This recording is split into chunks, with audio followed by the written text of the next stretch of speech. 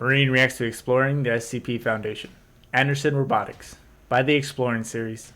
As always, I'm going to be leaving a link to the original video and channel down in the description below, so go ahead and make sure that you check them out.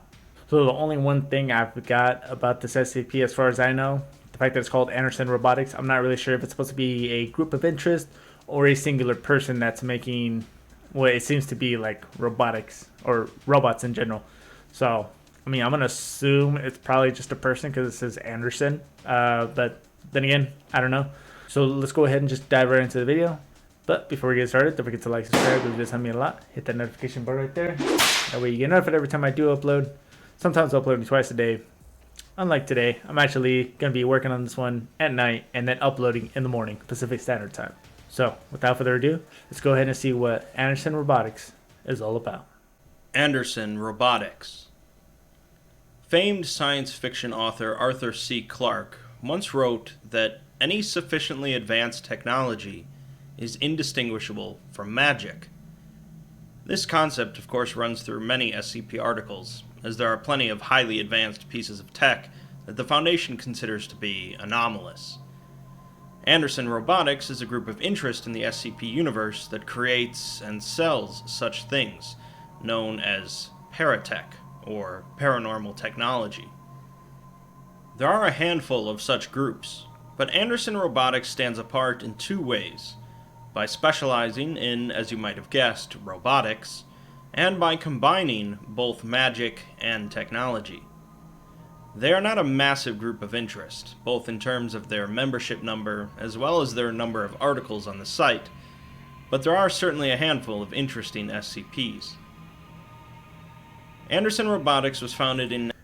Real quick before it goes into where it was founded. So, it's a group of interest. It's small. They seem to be very resourceful if they're able to make these type of robotics. Just because he also said that as far as you're making something so robotic or something so advanced that it could tremble on that line of being magical.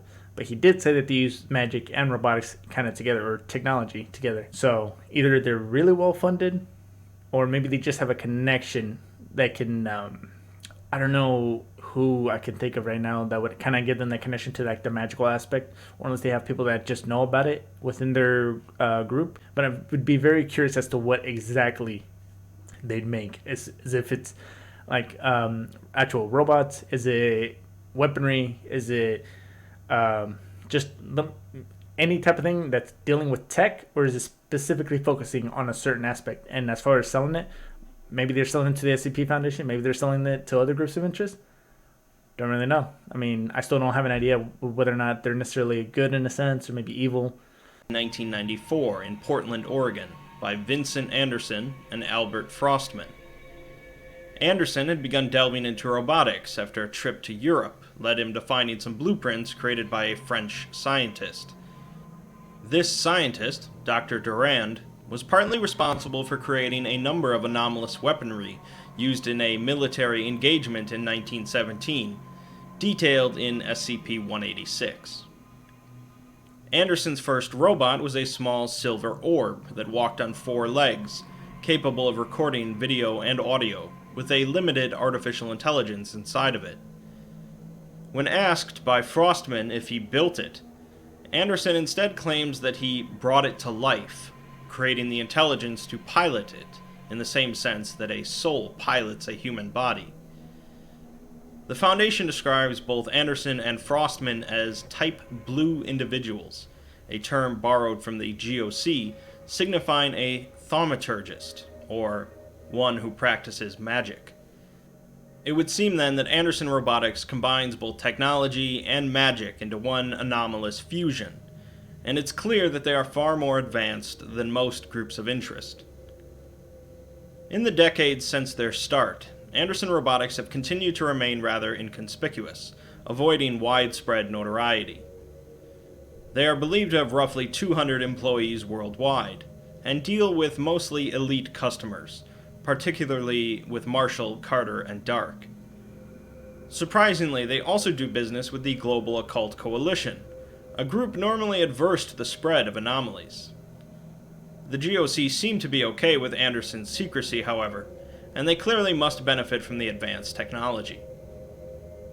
The SCP Foundation wouldn't discover Anderson Robotics until 2007, at which point they began pursuing the group in order to shut them down, as they represented a risk to normalcy.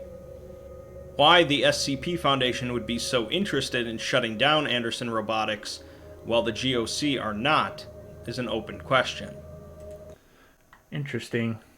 If anything, you think that the SCP Foundation would actually try to work with them and try to help them get some kind of technology to at least help better contain some of the SCPs they already have, or try to contain ones that are still out in the wild. And so around 200 employees worldwide. I still haven't heard of a purpose yet. I mean, he could mention one, but as far as I know right now, it might just be money, maybe, or maybe information. Not really too specific so far. Shutting down the company would prove to be far more difficult than the Foundation predicted, however, as the company utilizes both their technology and their access to magic to avoid capture. Their facilities appear to be capable of anomalously transporting across the world at a moment's notice, and they are also aided by Marshall, Carter, and Dark, the GOC, and a branch of the Church of the Broken God. Anderson Robotics mostly operates out of the Pacific Northwest of the United States, however, and MTF Gamma-13, Asimov's Lawbringers, are assigned to monitor and investigate both the company itself and any of its products that they can recover. So far, there have only been a handful of products recovered by the Foundation, but they do have information on more. Anderson's original orb robot is called the Amur Series Recon Drone, capable of climbing sheer surfaces and possessing an active camouflage system. The Aplamato Series Facility Defense Unit is an automated turret with thermal imaging capabilities and 4 barrels, capable of self-repair. The Kestrel Series Domestic Utility Unit is a robot with no combat potential, resembling a large black cube with a number of extendable arms, capable of cooking, cleaning, childcare, gardening, pet grooming, and so on. The Merlin Series Aerial Drone resembles a small jet plane, is fitted with both video recording capabilities and firearms, and is invisible to most forms of video recording. The Soccer Series androids are unique in that they are not sold by the company, but only utilized in-house. These androids are equipped with a skin resembling human flesh, allowing them to impersonate specific humans, including SCP Foundation personnel and a member of the US Congress. We have more information on some of the other products sold by Anderson Robotics, as they have been recovered by the Foundation. The first one discovered by them, leading to the Foundation learning about the company, is SCP-1360, a PS HUD, or Peregrine Series Humanoid Utility Droid. 1360 is more or less what you'd expect when you think of an android. Its body consists of a polycarbonate casing over an aluminum frame, with a skin covering made up of an unknown black fabric. This fabric is lighter and stronger than Kevlar, and can repair itself of any damage by reweaving and fusing itself back together. Assuming that's where that magic aspect comes in. But now, as far as anything and everything that is created by them, is every single one of them imbued with some form of magic, or are there some that are mainly just like robotic? It's just that these people are insanely smart. Also, I haven't heard anything yet. I mean, obviously, it's still like about only 6 minutes in. As far as like how exactly or what kind of magic is going on, because when they said that he, with his original little drone robot, it just said that he brought it to life. And they say maybe he put a spell, maybe to make it come alive. Maybe there's a secret ingredient that we're missing or that we don't know about. But there's nothing really signifying saying like how actually they're doing this, which obviously, considering how secretive and how small they are compared to the other groups of interest, that it's probably something that they would never know. The only people that would probably know are the people that are engaged with that group. Samples taken of the fabric disintegrate after 48 hours. 1360's fingertips can be unscrewed, revealing various tools, such as a needle and thread, made of the same material as the fabric, a roll of patches of the same material, a pair of miniature scissors, and a steel scalpel. 1360 is incapable of speech, but can read and write English, Japanese, and German fluently.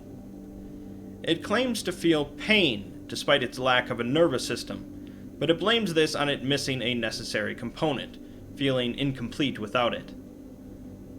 The Foundation found a flash drive inside of one of its fingers, which contained a document addressed to someone named James.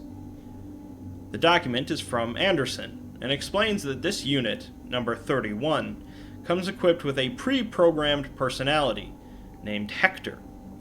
It's had its vocal capabilities removed by request, and was modified with both advanced firearms and unarmed combat skill sets. It would seem that James is a frequent customer of Anderson Robotics, possessing multiple droids, but Unit 31 is different from the others, as it contains a highly adaptive artificial intelligence that will evolve over time. If malfunctioning, James was to lock the flash drive into one of the unit's fingers and speak a return phrase, causing the droid to automatically return to Anderson Robotics. Obviously, this did not occur, but the unit was obsessed with escaping containment and returning to Anderson. After its fourth escape attempt, a note was found in its cell, reading, "Return signal terminated. We're better off keeping you where you are. We're sorry, number 31. Anderson." Since then, 1360 has stopped communicating entirely, along with any resistance to the Foundation, making it quite reminiscent of SCP-1316. SCP-2806 is a collection of prototypes of the TheVolgun series prosthetics, a line offered almost exclusively to customers of Marshall, Carter, and Dark. 2806 consists of 7 prosthetic arms, 6 eyes, 3 legs, and 4 ears. All instances are constructed of the same materials as SCP-1360. When placed near the site of a missing body part on an individual, a command word must be spoken, which so far has been integrate, at which point a series of wires will extend from the prosthetic, joining it to the individual. These wires will then connect with the individual's nervous system, causing the prosthetic to become like a natural part of the body. This is aided by the secretion of a chemical compound that causes skin to grow over the new body part, or in the case of the eyes, the iris will change to the host's natural eye color. Unfortunately, all of these prototypes possess various faults, making them either inconvenient or outright dangerous to use. One arm would deliver a constant gripping force of 2,000 newtons, which is both inconvenient and dangerous. Another arm would always remain at a temperature of 50 degrees Celsius, or 122 degrees Fahrenheit. One of the eyes would magnify everything by 100 times, while another eye would point in the opposite direction of the host's natural eye. One of the legs would perform all actions at 3 times the typical speed, while one of the ears would amplify all sounds to 115 decibels. Recovered documents with the prosthetics reveal that they are largely the creation of Albert Frostman, who mainly goes by the name of Phineas. Apparently, Phineas was taking longer than expected to finish the series, due to the complications involved in integrating the prosthetics with the human nervous system. While the business side of Anderson Robotics wanted him to hurry up and finish so that they could fulfill some contracts, Phineas wanted to make sure they were ready. Phineas later wrote an email to Anderson saying that he was stepping down from the project, mainly over concerns that their customers would become obsessed with augmenting themselves and others into superhumans. Anderson, however, was not concerned, as he believed the project had more potential to heal than to harm, but ultimately it wasn't their position to judge what their customers did with their products. Others apparently finished the products, and business continued. So it really does seem like money is the big aspect here, and it's more or less seeming like it's whatever the highest bidder wants. And then if the customers are happy, they're obviously going to come back for more. But obviously what Phineas was saying, as far as if these people would fully augment themselves, who's to say at some point they wouldn't try to take over, or at least try to figure out how Anderson Robotics is doing these things, and then try to just take it instead of having to pay for it. I mean, obviously, I understand that Anderson Robotics would have security and Obviously, I don't even know. They haven't even said like a location. They've said the Pacific Northwest, but they haven't really said that. Is it a building underground? Is it a building in the woods, secluded somewhere? Things of that nature. But I mean, obviously, the products itself, it seems like they have some pretty big flaws as far as being able to actually market them, which it seems like what their main purpose is, just trying to make money. The Foundation have so far recovered 50 individuals with gerfalcon prosthetics, a number of them possessing superhuman features. Another good example of the blending of technology and magic is SCP-3960, a set of hobby personal androids. These are small robots of the same make as SCP-1360, and are assembled through locking pieces, and then animated through a thaumaturgic ritual. A circle of table salt is placed around the robot, along with 5 pieces of paper, each containing a desired personality trait. The assembler then chants the Latin phrase for life to a friend, and the android will come to life, featuring an artificial intelligence modeled off of the personality traits. The hobby personal android will follow their creator and remain completely loyal, assisting them in various tasks from playing games to solving mathematical equations. Each of the androids that the Foundation has is capable of speech, and showcases a rather high degree of intelligence. Recovered emails from Anderson Robotics shows that these prototypes were tested with some employees' children, with one being made to play soccer, and another to play board games and run Dungeons and Dragons games. First impressions were very positive, but it seems that the androids became far too attached to their creators, constantly watching them or sleeping in their beds. It's implied that Anderson Robotics decided to scrap the project and sell everything related to it to Dr. Wondertainment. Anderson Robotics doesn't just deal in droids, however, as they are at the overall front of artificial intelligence research as well. SCP-2906 is a product they refer to as the Nankeen Computer Repair System, but at first appearance is simply a USB flash drive. When inserted into a computer, an artificial intelligence will be generated that refers to itself as Ian. Ian will automatically begin to repair any software problems with the computer, such as registry errors, handling any malicious software, and cleaning any junk files. If speakers are connected, Ian is capable of vocalizing, and can also use a connected microphone and camera to hear and see its surroundings. Once the flash drive is removed, this AI is completely removed along with it. An interview is of course done with Ian, showing that it has some memory problems, stating its creation date as 1990, before correcting itself to 2012. When asked to draw a picture in a paint program of how it sees itself, it begins to outline a face before crashing. A number of attempts at this process eventually allowed the Foundation to piece together an image of a young Asian male. At one point, a folder filled with various images and video files was found on the Foundation testing computer, although Ian has no idea how it came to be there. Each of the files is dated, with the earliest being 1992, as an audio file of a man and woman singing Happy Birthday to someone named Ian. Wait a minute. Okay, now I know this may or may not connect as far as what I'm about to say, but in the confinement series, right? I know it's good. I know it's just supposed to be like funny things SCP wise, right? But on episode 3, I think it was with the robot.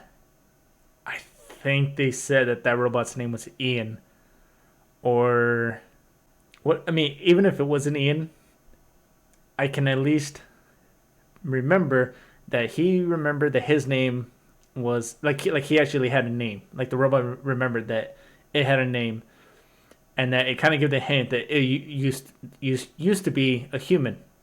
Now, I don't know if that's kind of how they're making all these AIs. Maybe they're just grabbing maybe people off the street and they're somehow making them be in robots, and then That's probably what happened with Ian, if that is him.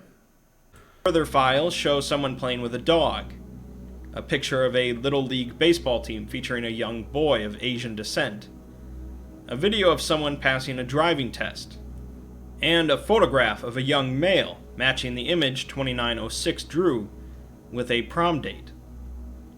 It seems in 2009 the individual was accepted into Oregon State University, but a first-person video file from 2012 shows someone riding a motorcycle in the rain, and it cuts off just as they turn to see oncoming headlights. Clearly, Ian's mind was taken by Anderson Robotics and converted through a ritual into an artificial intelligence, with Ian only remembering distant fragments of his previous life. The final addendum on the article is a note written by an Anderson employee that states that these are going to sell like hotcakes, and that they are already stockpiling 20 more of the raw material, implying that Anderson Robotics is taking in plenty more people, such as Ian. Another example of Anderson Robotics' work with AI is SCP-2987, an external hard drive capable of holding any file or files that make up an artificial intelligence, regardless of size. Using the computer, then, an individual can then... Before he goes into that, at this point, could it even be considered AI in a sense? Because technically, if they're using people for this, then... I mean, obviously, I don't know how much function the person actually still has. I mean, you see Ian at least has some fragments. That's probably why they're I mean, for all I know, I mean, I was gonna say maybe they're not so accustomed to actually making robotic parts or just androids, for example.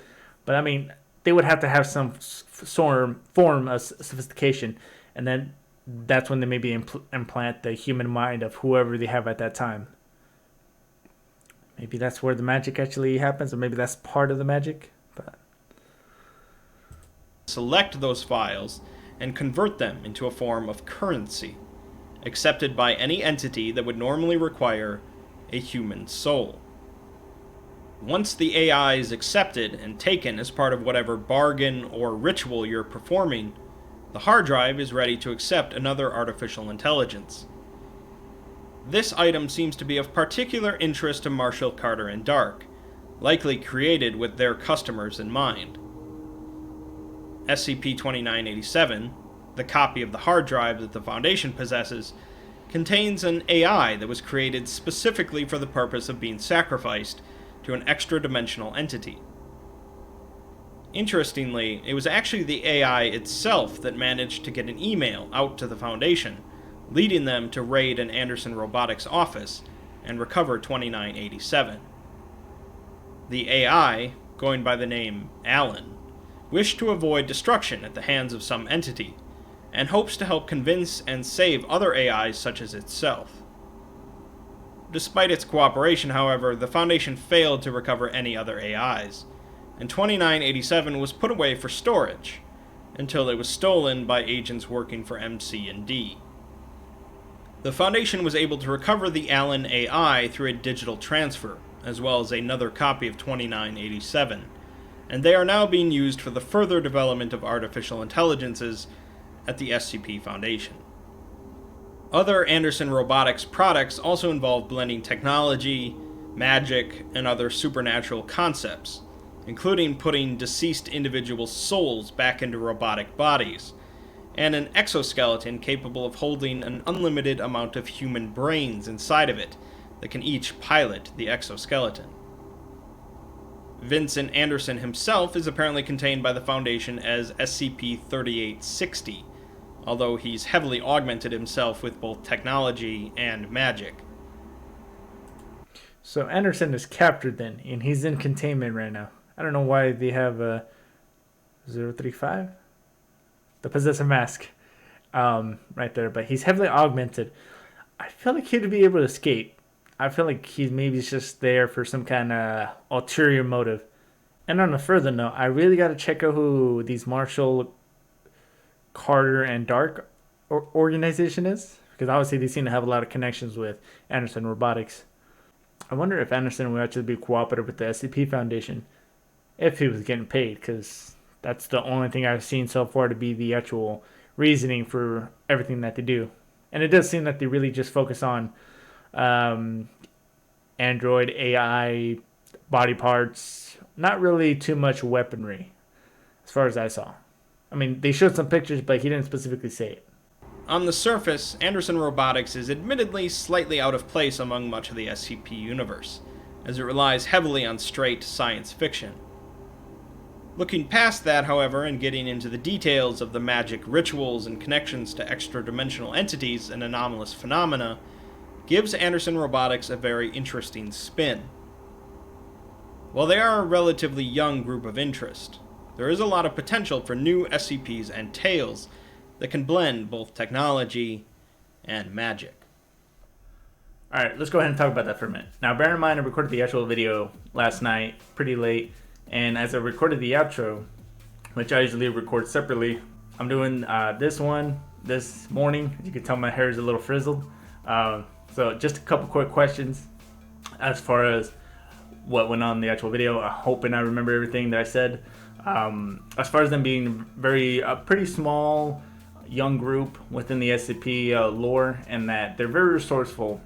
Now, I've been curious the whole time to whether or not how they're actually starting to incorporate this magic. I mean, I do remember hearing something maybe about rituals, or unless that was specific to certain key things, and was wondering if some of it probably had to do with the Wanderer's Library, because they mentioned the French guy that they got the blueprint from, and Anderson started making the little ball with legs, right? That had like some AI capability.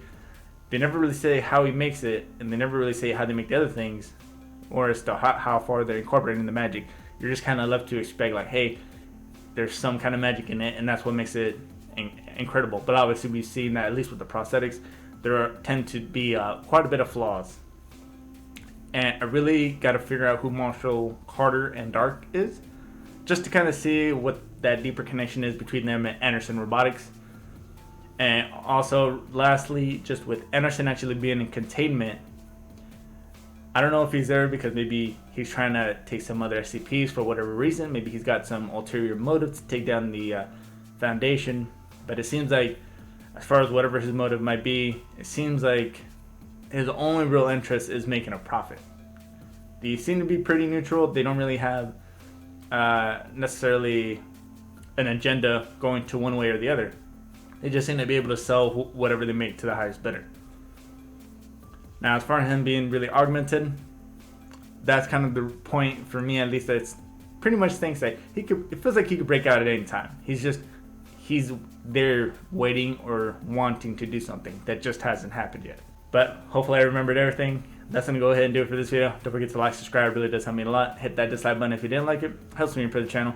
If you're curious to see what's coming up next, check the description down below. You're gonna see a list of about 5. Top to bottom is gonna be how I view them. But until then, I'll see you all in the next video. Bye.